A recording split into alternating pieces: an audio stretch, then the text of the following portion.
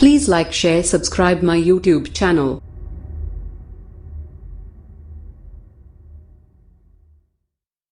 Hello friends and my dear students, आप सभी का स्वागत है आपके अपने YouTube channel techno master Abhishek. तो इस वीडियो में हम डिस्कस करेंगे students chapter 6 part 11 rapid prototyping हमारा चैप्टर चल रहा है। तो होप आप लोग को वीडियो पसंद आ रही है, आप लोग को समझ में भी आ रहा है। और तो इस वीडियो में जैसे प्रीवियस वीडियो में हमने डिस्कस किया था स्टूडेंट्स 3D प्रिंटिंग का कंसेप्ट कैसे होता है, वो टेक्निक कैसे यूज़ होती है। तो इसमें हम डिस्कस करेंगे स्टूडेंट्स नेक्स्ट टॉपिक जो है आपका नेक्स्ट टेक्निक कह सकते हैं बैलिस्टिक पार्टिकल मैन्युफैक्चरिंग। तो पार्टिकल से ही पता चल रहा है कि कुछ पार्टिकल्स का खेल होगा, यानी कि कुछ ड्रॉप्स के फॉर्म में, बूंदों के फॉर्म में हम मटेरियल को ड्रॉप करेंगे। तो इसीलिए इसका नाम ही है बैलिस्टिक पार्टिकल मैन्युफैक्चरिंग। तो इसमें बेसिकली 2D भी ऑपरेशन परफॉर्म किया जाता है और डायरेक्टली 3D ऑब्जेक्ट भी बनाए जाते हैं कैड मॉडल से। तो चलिए स्टार्ट करते हैं students without wasting any time. तो बैलिस्टिक पार्टिकल मैन्युफैक्चरिंग को इन शॉर्ट हम क्या बोलेंगे, बीपीएम बोलेंगे। तो इसको जो बनाया था, जो डेवलप किया था इस टेक्निक को, उसका नाम है परसेप्शन सिस्टम इनकॉर्पोरेशन। इसने बीपीएम को डेवलप किया था ताकि आपका जो है 3 डायमेंशनल सॉलिड ऑब्जेक्ट्स कंप्यूटर से डायरेक्टली बनाया जा सके, कंप्यूटर मॉडल से। तो कंप्यूटर मॉडल हमने ऑलरेडी बना लिया किसी कैड सॉफ्टवेयर पे, और उसकी सहायता से डायरेक्टली 3D सॉलिड ऑब्जेक्ट कैसे बनाएंगे, वो इस टेक्निक का यूज़ करके बनाया गया था। और इसलिए इन्होंने ये डेवलप किया था परसेप्शन सिस्टम इनकॉर्पोरेशन ने। अब जैसा नाम से पता चल रहा है, the parts are produce by the shooting droplets of the molten material. यानी कि जो पार्ट आपका प्रोड्यूस होगा वो कैसे प्रोड्यूस होगा, ड्रॉपलेट्स होंगे, यानी बूंदों के फॉर्म में हम मटेरियल को, मोल्टन मेटल जो आपका पिघला हुआ मटेरियल होगा, उसको हम एजेक्ट करेंगे, यानी कि गिराएंगे रिक्वायर्ड प्लेसेस पे जहाँ पे ज़रूरत होगी। जैसे कि हमने देखा था उसमें सेलेक्टिव पाउडर बाइंडिंग प्रोसेस में। तो यहाँ पे हम क्या कर रहे हैं, मटेरियल को सप्लाई कर रहे हैं। कैसे सप्लाई कर रहे हैं, through the array of the drop on demand inkjet ports की सहायता से। तो drop on demand inkjet port जैसे हमने एसबीएम में यूज़ किया था, आपका जो सेलेक्टिव पाउडर एसपीबी में सेलेक्टिव पाउडर बाइंडिंग, यानी कि 3D प्रिंटिंग में जो हमने यूज़ किया था कि ड्रॉप ऑन डिमांड, यानी कि जहाँ पे रिक्वायर्ड प्लेस होगा वहाँ पे हम मटेरियल को ड्रॉप करेंगे, वहाँ पे पाउडर का छिड़काव करते हैं, यहाँ पे बूंद के फॉर्म में मटेरियल को ड्रॉप करेंगे। वो किस मेथड से करेंगे, इंकजेट पोर्ट की सहायता से करेंगे। तो जो आपका मोल्टन जैसे मटेरियल मान लीजिए वैक्स है आपका, तो मोल्टन वैक्स का हमें आपका कोई मोल्ड बनाना है, तो मोल्टन वैक्स ड्रॉपलेट्स यूज़ करेंगे।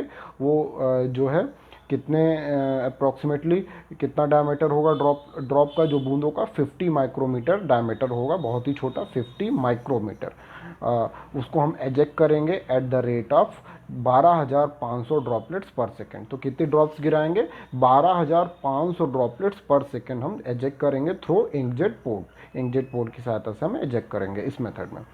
अब बीपीएम से हम क्या करते हैं स्टूडेंट्स, इसमें जो कैपेसिटी होती है that can be produce by layer 2 dimensional fabrication, या फिर हम डायरेक्ट 3 डायमेंशनल फैब्रिकेशन भी कर सकते हैं। यानी कि 2 डायमेंशनल फैब्रिकेशन करें लेयर बाय लेयर स्लाइसिंग करके, या फिर हम डायरेक्ट 3 डायमेंशनल फैब्रिकेशन भी कर सकते हैं बीपीएम मेथड से। तो 2 डायमेंशनल लेयर बाय लेयर जो प्रोसेस होगा, that is based on the generating layers by the wax droplets। तो वैक्स के जो आपके मोम के ड्रॉपलेट्स होंगे, उसकी सहायता से हम लेयर बाय लेयर यानी परत तैयार करेंगे, जैसा कि आप इसमें देख सकते हैं। तो ये आपका स्टूडेंट्स आपका कैड मॉडल है। This is a CAD model, CAD software की सहायता से बनाया गया है। और CAD model of part cum supported, यानी पार्ट के सहायता से उसके आपका पार्ट था कैड मॉडल का, इसको हमने सपोर्ट लगा दिया है। तो यहाँ पे देखिए कुछ अलग मटेरियल से चारों तरफ हमने सपोर्ट लगा दिया है। तो this is the support structure, यहाँ पे देख सकते हैं। ठीक है स्टूडेंट्स, तो वही डायग्राम में दिखाया गया है। तो फिगर, पहला वाला जो फिगर क्या शो कर रहा है, कैड मॉडल, और दूसरा वाला फिगर क्या शो कर रहा है, support structure had been added. तो उसमें सपोर्ट स्ट्रक्चर हमने ऐड कर दिया। तो जो यूजुअली स्लाइसिंग होगी पार्ट सपोर्ट इंटीग्रेटेड मॉडल की, उसमें लेयर बाय लेयर पोर्शंस जो बिलोंग करेंगे पार्ट से वो जनरेट किए जाएंगे, और बाकी जो सपोर्ट स्ट्रक्चर होगा वो ऐसे ही रहेगा। तो मैं आपको उसका डायग्राम भी दिखा देता हूँ। तो दिस इज़ द डायग्राम। हम जो आपका ये हमने स्ट्रक्चर ऐड किया, स्ट्रक्चर ऐड करने के बाद स्लाइसिंग करेंगे, यानी कि यहाँ पे देख सकते हैं स्लाइसिंग कर रहे हैं। तो ये आपका पार्ट मटेरियल है, उसकी स्लाइसिंग किया है, और ये आपका बीच का जो पोर्शन था पार्ट मटेरियल का, और साथ ही साथ बाहर जो पोर्शन था वो सपोर्ट मटेरियल है। तो ये आपका सपोर्ट मटेरियल के साथ पार्ट मटेरियल कट के अलग हुआ है, तो स्लाइस किया गया है, तो उसको अलग से दिखाया गया है ये बीच में। ठीक है, तो ये क्या शो कर रहा है, बी वाला पोर्शन क्या शो कर रहा है, लेयर्स शो कर रहा है, परत दिखा रहा है पार्ट की और सपोर्ट मटेरियल अरेंजमेंट की। तो इस तरीके से हम काम करते हैं इस पर। ठीक है स्टूडेंट्स, तो पार्ट जो जनरेट होगा वैक्स से, whereas the support is develop from the polyethylene glycol. तो पार्ट किससे बनाएंगे, मेन आपका पार्ट किससे बनेगा, वैक्स से बनेगा, मोम से। और जो सपोर्ट मटेरियल होगा वो कौन सा मटेरियल यूज़ करेंगे, पॉलीएथिलीन ग्लाइकोल यूज़ करेंगे। अ synthetic wax that is soluble in water, ये जो पॉलीएथिलीन ग्लाइकोल होता है उसको क्या बोलते हैं, सिंथेटिक वैक्स बोलते हैं। और जो सिंथेटिक वैक्स होता है वो वाटर में क्या होता है, सॉल्युबल होता है, घुलनशील होता है। तो deposition of the wax and polyethylene glycol is done by the sorting droplets from the an array of the 32 piezoelectric inkjet ports operating at 10 kilohertz. तो हम ड्रॉपलेट कैसे गिराएंगे, पीजो इलेक्ट्रिक इंकजेट पोर्ट्स होंगे 32, यानी 32 jet port use करते हैं। उसका एक श्रृंखला होता है, एरे होता है 32 पीजो इलेक्ट्रिक इंकजेट पोर्ट का, जो कि कितने फ्रीक्वेंसी पे वर्क करता है, 10 किलो हर्ट्ज पे फ्रीक्वेंसी पे वर्क करेगा। उसी की सहायता से, इंकजेट पोर्ट की सहायता से हम ड्रॉपलेट्स को सूट करेंगे, गिराएंगे। On contact with the previously generated layer, the hot droplets momentarily melt and the contact surface of the previously deposited layer। तो इस तरीके से हम काम करेंगे। ठीक है स्टूडेंट्स, तो होप आप लोग को ये क्लैरिफाई हो रहा होगा। चलिए फिर आगे बात करते हैं। On subsequent cooling and solidification और होमोजीनियस मटेरियल इज फॉर्म। तो आगे जब आपका सब्सिक्वेंट कूलिंग हो जाएगी और आपका सॉलिड मतलब जो बूंदे गिराए हैं वो सॉलिड फॉर्म बन जाएगा, तो एक होमोजीनियस मटेरियल फॉर्म हो जाएगा डिज़ायर्ड शेप का।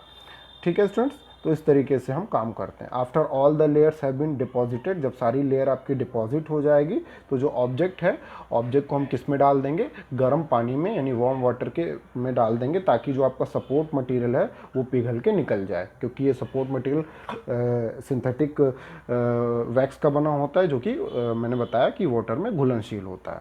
तो इस तरीके से जब वो घुल जाएगा तो डिज़ायर्ड ऑब्जेक्ट आपका बच जाएगा, और वो फिनिश पार्ट आप उसको रिमूव कर लेंगे बाथ से, यानी वाटर बाथ से निकाल लेंगे और उसको क्लीन कर लेंगे।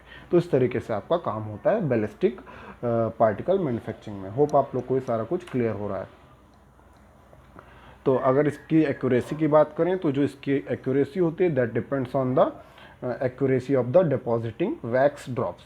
तो जो वैक्स हम डिपॉजिट कर रहे हैं, गिरा रहे हैं, उसकी जितनी एक्यूरेसी होगी उसी के आधार पे इसकी एक्यूरेसी निर्भर करती है, which is dependent on the location of the piezo electric jet system. तो वो किस पे निर्भर करता है, जो आपका पीजो इलेक्ट्रिक जेट पोर्ट लगा है उसकी लोकेशन क्या है, उसकी स्थिति कहाँ, किस पोजीशन पे रखा हुआ है, उसके आधार पे निर्भर करता है।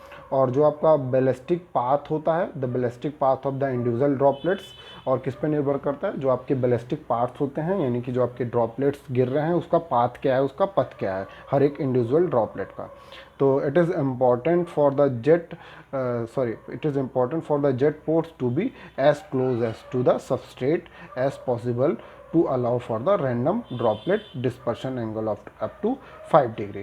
तो ये चीज़ होता है कि ज़रूरी होता है जो जेट पोर्ट्स होते हैं that should be that jet port to be close to the substrate. जो आपका सबस्ट्रेट होता है जिस पे आप ड्रॉपलेट गिरा रहे हैं उसके नज़दीक हो जेट पोर्ट, क्लोज हो, जितना अधिक से अधिक हो सकता है, ताकि आपका रैंडम जो ड्रॉपलेट हैं वो उस पर गिर सकें। और डिस्पर्शन जो एंगल लेते हैं वो कितना होता है, अप टू 5 डिग्री होता है।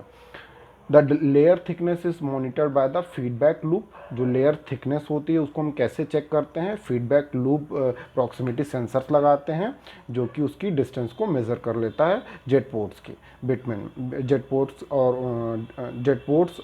के जो बीच की दूरी होती है उसको ये सेंसर्स मेज़र कर लेता है। The substrate previously deposited layer, substrate का मतलब जो पुरानी लेयर थी, यानी मान लीजिए एक पहली लेयर तो किसी बेस पे बनाएंगे, उस बेस पहली लेयर के लिए वो बेस आपका सबस्ट्रेट होगा, फिर दूसरी लेयर के लिए जो पहली लेयर बन गई है वो सबस्ट्रेट होगा। तो वही है सबस्ट्रेट से जो दूरी है वो पर्टिकुलर दूरी पे होना चाहिए। वो कौन मेज़र करेगा, सेंसर्स की सहायता से हम फीडबैक लूप से हम उसको चेक करते रहेंगे। If the distance is found to be more than the set value, अगर ये पता चलती कि सेट वैल्यू से ज़्यादा है, the frequency of the droplet that is the flow rate of the material is increase. तो अगर जो डिस्टेंस ज़्यादा होगी तो ड्रॉपलेट की जो फ्रीक्वेंसी यानी कि जो पर ड्रॉपलेट मटेरियल पर सेकेंड निकल रहा है उसको हम अधिक कर देंगे, उसकी फ्रीक्वेंसी को बढ़ा देंगे, so as to increase the layer thickness. तो उससे क्या होगी, आपकी लेयर की थिकनेस इंक्रीज हो जाएगी within the operating window के अंदर। In the currently available system the parts have been generated with 90 micrometer layer thickness. तो आजकल के जो करंट सिनेरियो में 90 माइक्रोमीटर लेयर थिकनेस हम यूज़ कर रहे हैं पार्ट्स को बनाने में। As the support structure is मैंने बताया जो सपोर्ट स्ट्रक्चर हमने बनाया था सिंथेटिक वैक्स से, तो that is remove by the dissolving it in the warm water. तो उसको हम वार्म वाटर से हम डाल देते हैं ताकि वो डिज़ोल्व हो जाए। तो it is essential to ensure that the support structure material is not completely enclose by the part material. तो पार्ट मटेरियल के अंदर पूरा का पूरा वो अंदर इंसर्टेड नहीं है, ये हमें ध्यान में रखना पड़ेगा कि उसके स्मॉल होल्स में वो घुसा नहीं हुआ है, ताकि वो नहीं तो निकलने में दिक्कत होगी। जैसे small holes provided in such cases are usually adequate to allow the support material to be dissolve from the internal cavities. तो ताकि आपका इंटरनल कैविटीज से वो स्मॉल होल्स से भी निकल जाए। तो the wax models produce by this technique can be very useful for the investment casting. तो जैसा आप लोगों ने पढ़ा भी होगा, अगर इन्वेस्टमेंट कास्टिंग के बारे में पढ़ा होगा, कास्टिंग पढ़ा होगा मैन्युफैक्चरिंग प्रोसेस में, या तो आप PT1 में आगे पढ़ेंगे भी कास्टिंग क्या होता है।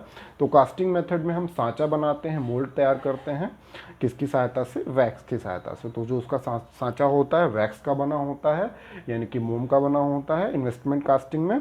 और कास्टिंग एक प्रोडक्शन टेक्निक है, यानी उत्पादन प्रक्रम है। तो उसमें हम उसके लिए हम ये बैलिस्टिक पार्टिकल मैन्युफैक्चरिंग से BPM की सहायता से हम आपका वैक्स मॉडल बना के तैयार करते हैं, उसका सांचा बना के तैयार करते हैं। तो होप आप लोग को सारा कुछ समझ में आ गया होगा। और इन्वेस्टमेंट कास्टिंग किस लिए यूज़ करते हैं, आपके जो आर्टिकुलरीज होते हैं, यानी कि जो मूर्तियाँ होती हैं और आपके ज्वेलरीज होती हैं, उसके लिए भी इन्वेस्टमेंट कास्टिंग यूज़ की जाती है। तो होप आप लोग को सारा कुछ क्लियर हो गया होगा। तो वीडियो पसंद आई है तो थम्स अप बटन को प्रेस करना ना भूलें, शेयर करें, लाइक करें, और कोई भी डाउट आए तो उसको पूछ सकते हैं। पढ़ाई करते रहें और जो भी असाइनमेंट दिए गए हैं उसको सबमिट करें टाइम टू टाइम, अदरवाइज़ आपके इंटरनल इवैल्यूएशन में प्रॉब्लम आएगी और आपको फिर मार्क्स उस हिसाब से नहीं मिल पाएंगे।